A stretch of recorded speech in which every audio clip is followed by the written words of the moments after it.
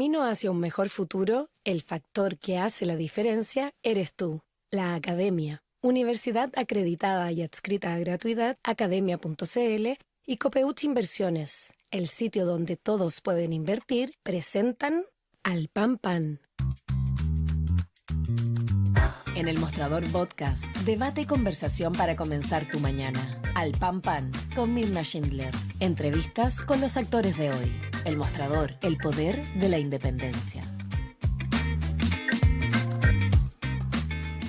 Hola, ¿cómo están? Muy buenos días. Damos inicio a un nuevo capítulo de Al Pan Pan aquí en el mostrador.cl con la información de las últimas horas, y es que efectivamente el ex subsecretario de Interior Manuel Monsalve quedó en prisión preventiva en una resolución que se conoció tarde por parte del juez Mario Cayul, ¿no es cierto?, quien consideró que su libertad representaba un peligro para la seguridad de la sociedad. Se ordenó entonces el ingreso a la cárcel pública, y en 4 meses se va a establecer el plazo, ¿no es cierto?, de investigación. A ver, los cargos que él enfrenta son abuso sexual, violación contra una ex subordinada. Vamos a estar hablando de otra de las situaciones que esto genera y tiene que ver con lo que se ha reinstalado en cuanto a el manejo político que tuvo la moneda, pero particularmente el rol que jugó tanto el presidente Gabriel Boric como el segundo piso de la moneda. Y vamos a estar hablando en el siguiente bloque con la periodista y exdirectora de comunicaciones del segundo gobierno de Michelle Bachelet, Paula Walker. Pero ahora nos vamos a centrar en materia internacional, pero particularmente por lo que está pasando en el conflicto entre Ucrania y Rusia, y lo señalado por el presidente Vladimir Putin al aprobar una doctrina que le permite una respuesta nuclear ante una amenaza crítica, dice, para la soberanía o la integridad territorial de su país y Bielorrusia. ¿Qué significa esto? ¿Cuáles son los alcances? ¿Está en peligro realmente el mundo? Vamos a preguntárselo a nuestra siguiente entrevistada, doctora en Ciencias Políticas y Sociales, directora del Centro de Estudios Europeos de la Universidad de Concepción, Paulina Astroza. Paulina, ¿cómo estás? Gracias por estar con nosotros esta mañana. Hola Mirna, buenos días y un gusto de nuevo estar aquí en el mostrador Al Pan Pan. Gracias. Paulina, ¿está en riesgo el mundo? ¿Estamos más cerca de una tercera guerra mundial, o hay que entender esto como una acción teatralizada de Putin, quien gana tiempo para la llegada de Donald Trump a la presidencia de Estados Unidos? Yo creo que va más en lo segundo, va más en una puesta en escena donde sube un poco la tensión, sube bastante la tensión en realidad, en esta escala al plantear esta nueva doctrina del uso de las armas nucleares, donde evidentemente esto implica que en una mesa negociadora posible, en una, en una presidencia de Donald Trump, bueno, evidentemente pone más peso a su capacidad negociadora al poner un poco así, cuasi de rehén a europeos en el sentido eh, de que puede usar las armas nucleares. Entonces, creo que va más en esa línea. Yo no creo de verdad, por la capacidad que tiene el utilizar las armas nucleares, que de verdad las vaya a usar. Esto es el típico juego de la disuasión que viene desde que el mundo es mundo, y en el cual tú pones tu poder para evitar que el otro te ataque, porque el otro va a saber que tú le puedes causar un daño igual o superior al que te pueden causar a ti. Pero eso también es de vuelta, o sea, también en el caso de Rusia, el utilizar el arma nuclear significa que puede tener una respuesta igual o superior, y por la capacidad nuclear que tienen sobre todo 3 países de la OTAN, Estados Unidos, Francia y el Reino Unido, eh, evidentemente tú no vas a entrar al verdadero uso de esas armas. Es demasiado, es lo que en algún momento en el tiempo de la Guerra Fría se habló de la capacidad de destrucción mutuamente asegurada.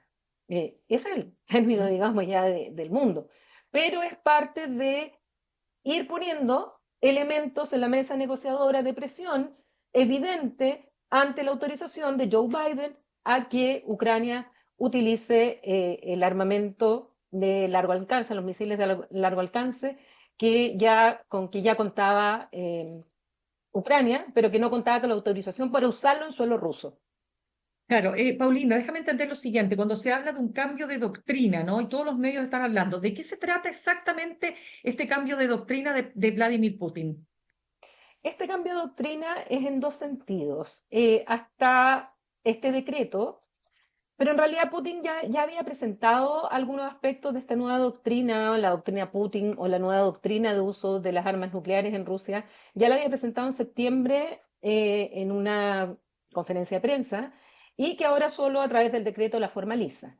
Ujú. ¿Qué significa? ¿Cuál es el cambio? El cambio está en que antes se podía utilizar armas nucleares contra estados o alianzas que tenían el arma nuclear y que la podían utilizar en contra de Rusia.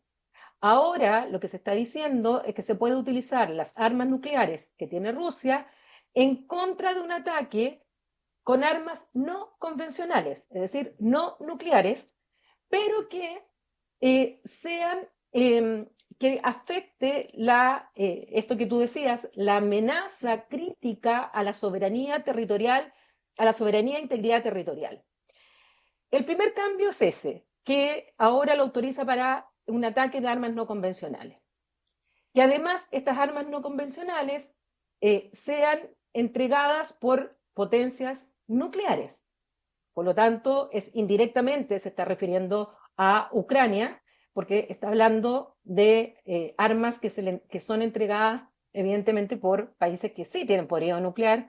En este caso, Ucrania tiene armas no convencionales de largo alcance, que ya tiene la autorización de los Estados Unidos y que además se sabe que también tendría la autorización no explícita de Francia y el Reino Unido para utilizar las que ellos le han dotado, entonces a través de esta nueva doctrina podría responder con arma nuclear. Y en segundo, que es algo muy importante, que la doctrina anterior decía que podía utilizar estas armas nucleares en caso que se afectara la existencia misma del Estado de Rusia. Ahora habla de amenaza crítica a la soberanía integridad territorial. Es decir, baja el umbral por el cual podría usar las armas nucleares en estos dos sentidos. Ya, o sea, es súper peligroso, o sea, porque en definitiva, tú dices, por ejemplo, que tanto Francia como Reino Unido, de manera implícita, autorizan a Ucrania a usar el armamento que ellos han, digamos, les han provisto, ¿no? Podría, así, pero llevando al extremo esta doctrina, podría, si es que Ucrania usa ese armamento, eventualmente Rusia responder atacando a Reino Unido y a Francia. No, podría utilizarlo atacando a Ucrania con armas Ya, nucleares. ok. Pero en el caso de Francia y del Reino Unido, ellos han felicitado la autorización que dio Joe Biden a utilizar armas nucleares, perdón, a utilizar estas armas de largo alcance, este sistema balístico de largo alcance, o también llamado AMS-MC, si no me equivoco, ATACMS, y lo que seguramente no va a utilizar Ucrania sin una autorización expresa de Francia y Reino Unido son las armas de largo alcance con las que ya cuenta eh, Ucrania de fabricación franco-británica. Pero evidentemente tanto la posición del presidente Manuel Macron, que está hoy día en Chile, Sí. así como el del primer ministro del Reino Unido, Keir Starmer, Ujú. ellos no han querido decir directamente que sí autorizan, porque ellos van a seguir gobernando y van a tener a Donald Trump como contraparte, y siendo parte de la OTAN además, pero no, o sea, desde la prensa francesa se sabe que, y así lo dijeron ayer en declaraciones, ellos están dispuestos a seguir apoyando hasta el final a Ucrania con todo lo que sea necesario. Entonces, esto hay como... pero mientras no hay una autorización expresa, no va a usar esas armas. Además, tiene otras armas que también son de largo alcance y que no cuenta con la autorización y que ya el canciller alemán dijo que no la va a dar, que son estas armas que son Taurus, que también son de largo alcance, que también podría utilizarla en territorio ruso y que Olaf Scholz dijo ayer que por ningún motivo va a dar esa autorización, que él no va a pasar ese umbral que ya lo hizo Estados Unidos, que implícitamente Francia y el Reino Unido estarían de acuerdo, pero ya Alemania dice que ellos sí que no le darían esa autorización a Ucrania. ¿Por qué, Paulina, dirías tú, toma esta decisión Joe Biden de autorizar el uso de estas armas de largo alcance de Ucrania? ¿Sabes qué? Hay mucho, he leído mucho, Mm, yo misma he tratado de pensar, ¿por qué en este momento? claro. Estamos hablando que el 20 de enero del 2025, o sea, en 2 meses más, asume Donald Trump la presidencia. Y, o sea, va de salida Joe Biden en estos momentos. Es algo que Ucrania le venía pidiendo hace mucho tiempo. Zelensky venía pidiendo estas autorizaciones y más armas hace mucho, mucho, mucho tiempo. Hay un cambio en el escenario evidente al haber 10.000 soldados norcoreanos en la frontera dispuestos ya a atacar a Ucrania.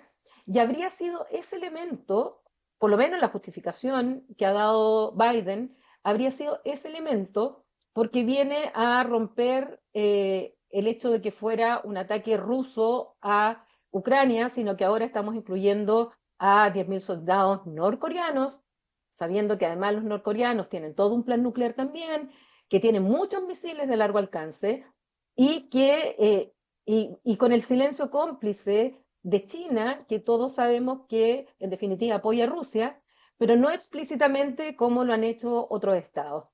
En la cumbre del G20, Emmanuel Macron habló con Xi Jinping, le pidió que intercediera para que Rusia baje las revoluciones, digamos, y ya hoy día las noticias aparecía en la prensa internacional en que China está llamando a la calma.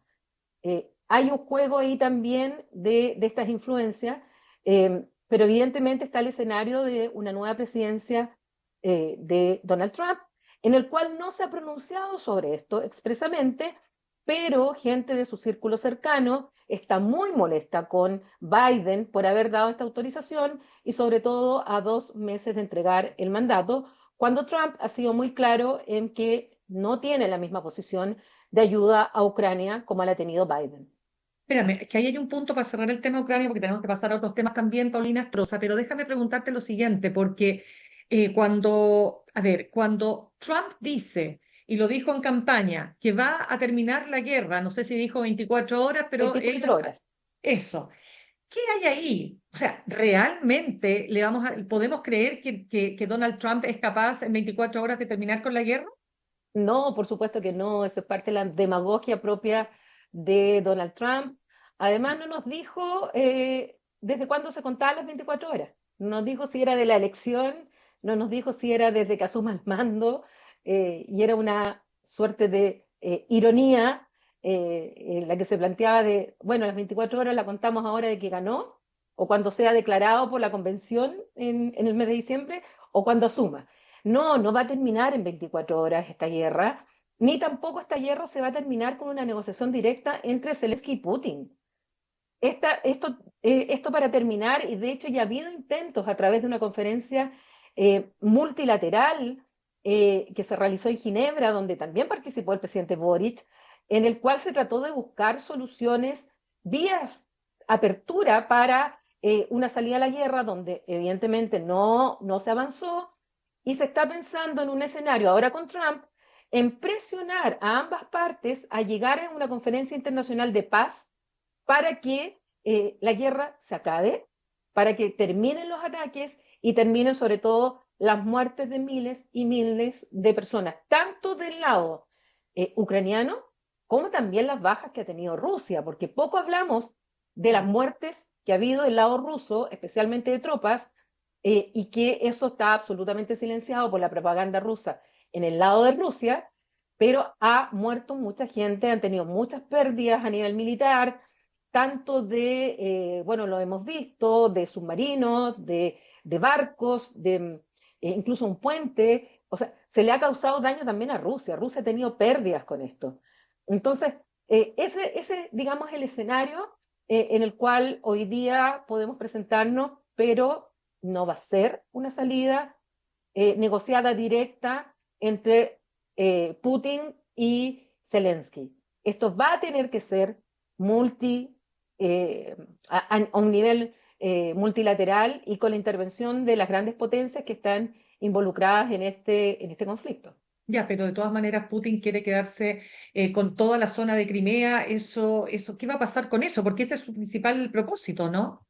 Bueno, ese yo veo que es el principal problema para llegar a un Mm, acuerdo, claro. porque Crimea especialmente, bueno, está la región del Donbass, Zaporizhia y Gerson, que es toda la parte de la frontera, digamos que se la anexó Rusia y que además ha seguido avanzando en ese territorio.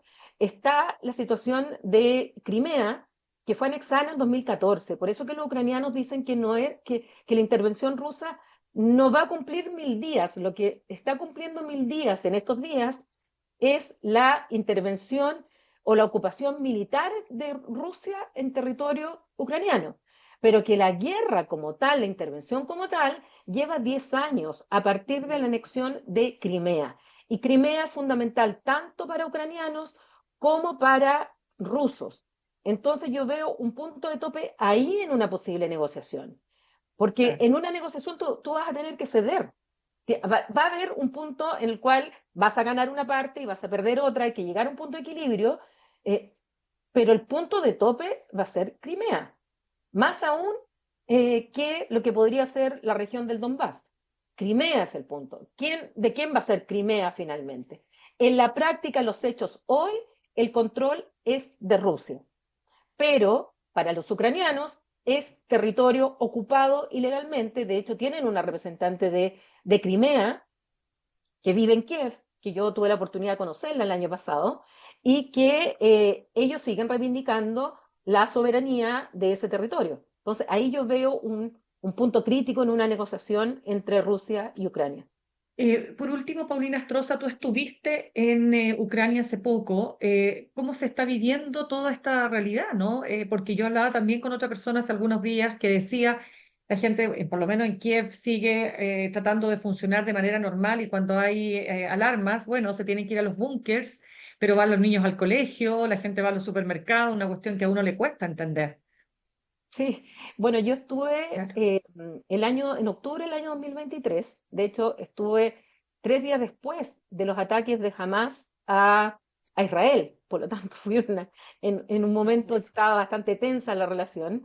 Estuve en Kiev y además fui a 3 territorios que habían sido ocupados por las fuerzas rusas y que los ucranianos habían logrado sacarlos de ese lugar, donde además habían cometido crímenes de guerra. Yo estuve en Busha, en Morzin y en Irpin, que son 3 lugares donde incluso hubo una gran matanza en Busha, que está siendo investigada como crimen de guerra.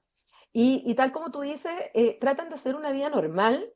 eh, Todos tienen unas alarmas que se bajan en los teléfonos, que yo tuve que bajarla, de hecho, y Mm. ahí te indican el nivel de las alarmas suenan e incluso te indican, después se actualizó y te incluían hasta el símbolo del arma nuclear. Cuando yo la bajé, no tenía esa, después se adaptó. Entonces, les llegan las alarmas y me decían que cuando eran las alarmas, había que mirar qué hacían los ucranianos, que era como los temblores en Chile.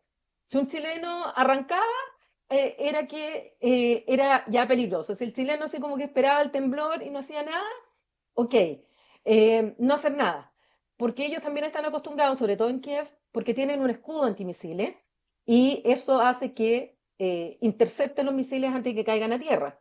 Entonces, cuando ya los ataques son muchos y evidentemente no pueden interceptarlos todos, ahí todos se van a los refugios, en las casas tienen refugio, en el metro, en todos los lugares hay un lugar, hay búnkers, donde van y una vez terminada la alarma, bueno, siguen con su vida normal. Realmente es increíble la forma y la resiliencia también de los ucranianos que pude ver en esas 3 ciudades que hacía que medio año atrás habían habido matanzas terribles en esos lugares donde todavía habían señas clarísimas de los ataques. Tremendo. Estamos conversando a esta hora con Paulina Astroza, doctora en Ciencias Políticas y Sociales y directora del Centro de Estudios Europeos de la Universidad de Concepción. Paulina, pasemos al G20.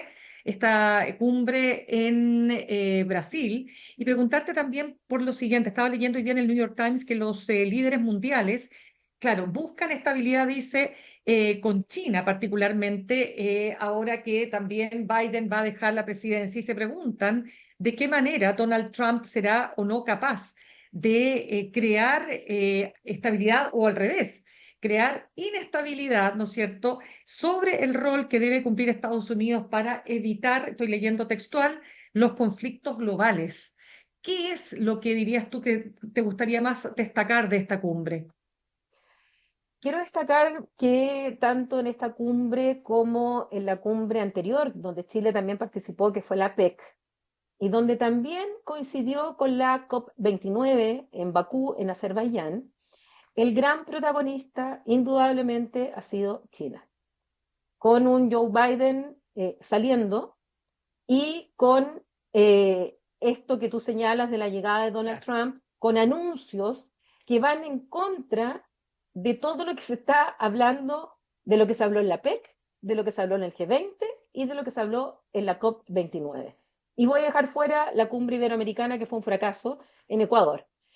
¿Por qué es una amenaza? Primero, porque lo que más se habló en todas estas cumbres fue de reforzar las alianzas, el libre comercio, la estabilidad económica. China hoy día, mira la paradoja, es el gran defensor del libre comercio, porque vive de las exportaciones, porque de las inversiones en otros lugares, y por lo tanto quien está defendiendo eso es China. Y ante eso, Donald Trump ha anunciado que va a subir los aranceles a los chinos un 60-65%, a otros estados un 25%. O sea, va contra todo lo que estaban hablando en la PEC. Segundo, en la lucha contra el cambio climático, que fue lo que se habló sobre todo en el G20 y en la COP29. Bueno, Donald Trump anunció que se va a retirar nuevamente del Acuerdo de París. Estados Unidos es uno de los que más da dinero al Fondo Verde justamente para mitigar y ayudar a los países en vías de desarrollo, que son justamente los que menos contaminan, como en el caso de nosotros somos los que menos contaminamos, pero somos los más vulnerables a los efectos negativos del cambio climático. Entonces, lo que se pide por parte de los países que no son contaminantes o muy poco contaminantes, pero al mismo tiempo son los que reciben los efectos negativos del cambio climático, que aquellos que más contaminan, que son los más poderosos, se pongan con dinero. Y Estados Unidos anuncia que se va a retirar de nuevo. Bueno, Milei también está anunciando lo mismo, pero evidentemente no es lo mismo el impacto. Y se está esperando que China, y esto es la COP29, que China pase a aumentar su aporte para esto, porque en el fondo lo hizo ya con la COVID en la Organización Mundial de la Salud, cuando Donald Trump retiró los apoyos, fue China y la Fundación Gates quienes dieron el dinero. Entonces, al final, los chinos están ocupando los espacios que Donald Trump le dejó en su momento. Y va en contra, insisto, de los objetivos que se han planteado de la descarbonización, va contra los objetivos de la transición ecológica, va contra la ayuda a los países en vías de desarrollo que necesitan adoptar medidas de mitigación y adaptación a los efectos negativos del cambio climático, y Donald Trump viene con todas las ideas contrarias a esto. Claro, pero cuando hablamos de los conflictos potenciales, ¿no es cierto? Cuando decimos, bueno, de qué manera el mundo va a ser más incierto, insisto, desde el punto de vista de cómo en ese balance Estados Unidos efectivamente juega un rol para aplacar los conflictos, esa pregunta está todavía por ver cuál va a ser la respuesta con la llegada de Donald Trump. En algunos casos ya se sabe. Por ejemplo, va a haber cambios claramente en el caso de Ucrania. Ha dicho que su posición no va a ser de este apoyo irrestricto que le ha dado la OTAN, y sabemos que el principal aliado ahí es Estados Unidos.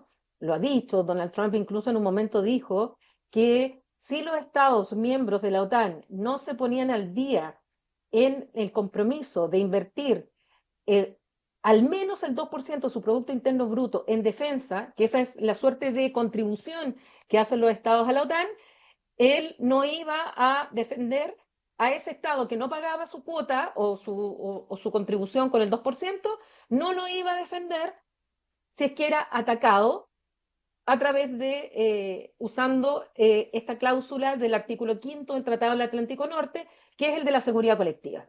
En otras palabras, se leyó como si Rusia atacaba a cualquiera de estos países de la OTAN que no invierten el 2% en defensa, bueno, que Estados Unidos no los va a defender, no va a aplicar la cláusula del artículo 5 de la seguridad colectiva. Eso ya lo dijo. Entonces, eso ha hecho que europeos, sobre todo, estén diciendo nosotros necesitamos tener nuestra propia defensa europea, que es un tema tabú que viene desde los orígenes de la integración, que no ha funcionado. Muchos países dicen, ¿para qué vamos a tener nuestro propio ejército europeo si tenemos a la OTAN? Eso, el Reino Unido era partidario de eso, ya no está dentro de la Unión Europea, pero los países, sobre todo los bálticos, países que estuvieron dentro de la esfera soviética, ellos son los más atlantistas que hay. Entonces quieren seguir con esta posición. Entonces, con la OTAN. Pero Trump no sabemos realmente qué va a hacer en la OTAN, pero sí va a tener un cambio a ese respecto. En el caso de Israel también, él es claramente partidario de Israel, ha dicho que él va a reforzar también este escudo antimisil, este escudo de hierro que tiene Israel, para apoyarlo frente a la situación que está ocurriendo en Israel, pero que está ocurriendo fundamentalmente en Palestina y también está ocurriendo en el Líbano.